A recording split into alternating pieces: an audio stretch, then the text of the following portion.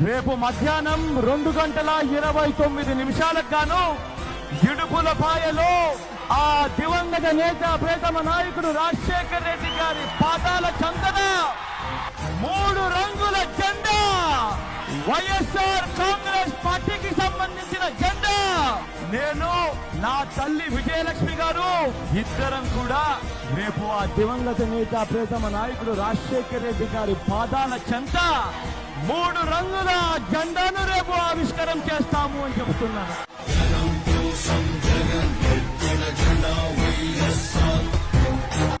Sir, కథలో ముందుకెళ్లారు. ఎంత ముందుకి? చాలా ముందుకెళ్లారు. నా కుమారుడు జగన్మోహన్ రెడ్డి ఈ ప్రాంతం యొక్క సర్వతోముఖమైన అభివృద్ధి చేయాలని ఆకాంక్షతో ఉన్నవాడు, యువకుడు, ఉత్సాహవంతుడు.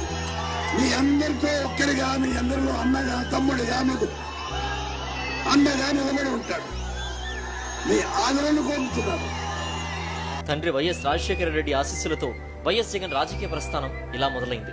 2009లో ప్రత్యక్ష రాజకీయాలకు వచ్చిన వైఎస్ జగన్మోహన్ రెడ్డి ఆ ఎన్నికల్లో కడప ఎంపీగా పోటీ చేసి అత్యధిక మెజారిటీతో ఘన విజయం సాధించి తొలిసారి ఎంపీగా ఎన్నికయ్యారు.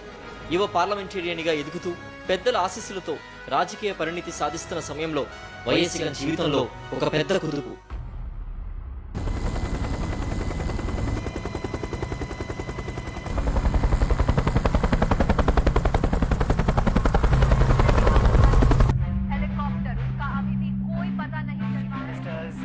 Chopper, of course, has had absolutely no contact. And on reaching the spot, we came to know that unfortunately there were no survivors.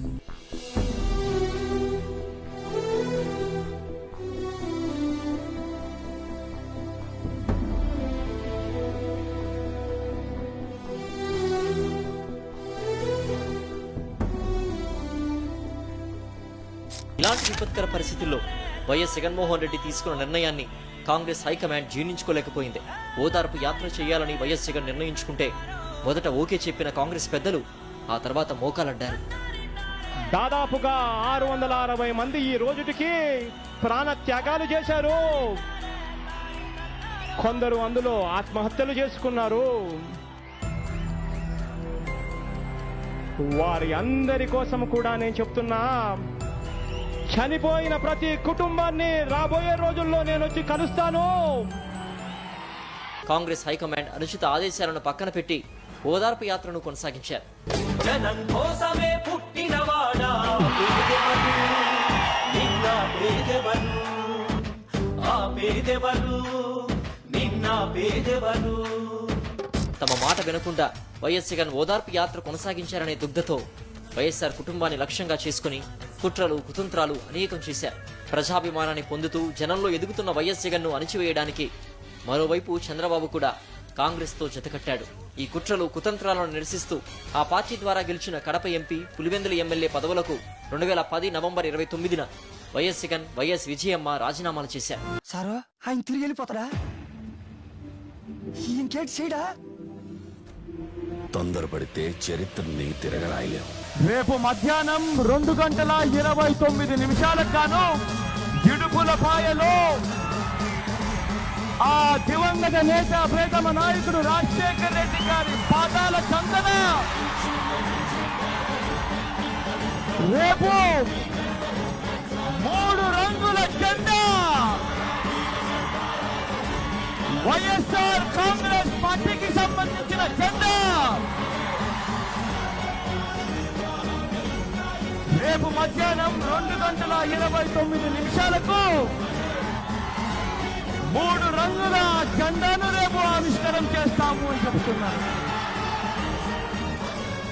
Kadapa Lok Sabha ఉప ఎన్నికల్లో ఇండిపెండెంట్ గా పోటీ చేసి భారీ మెజారిటీతో గెలిచారు.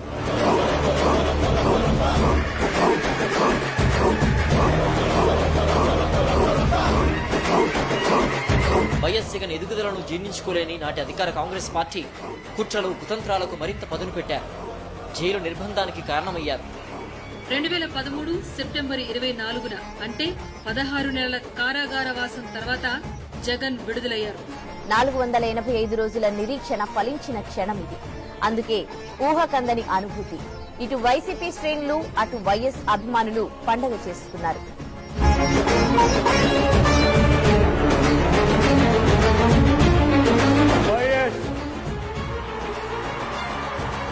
జగన్మోహన్ రెడ్డి అనే నేను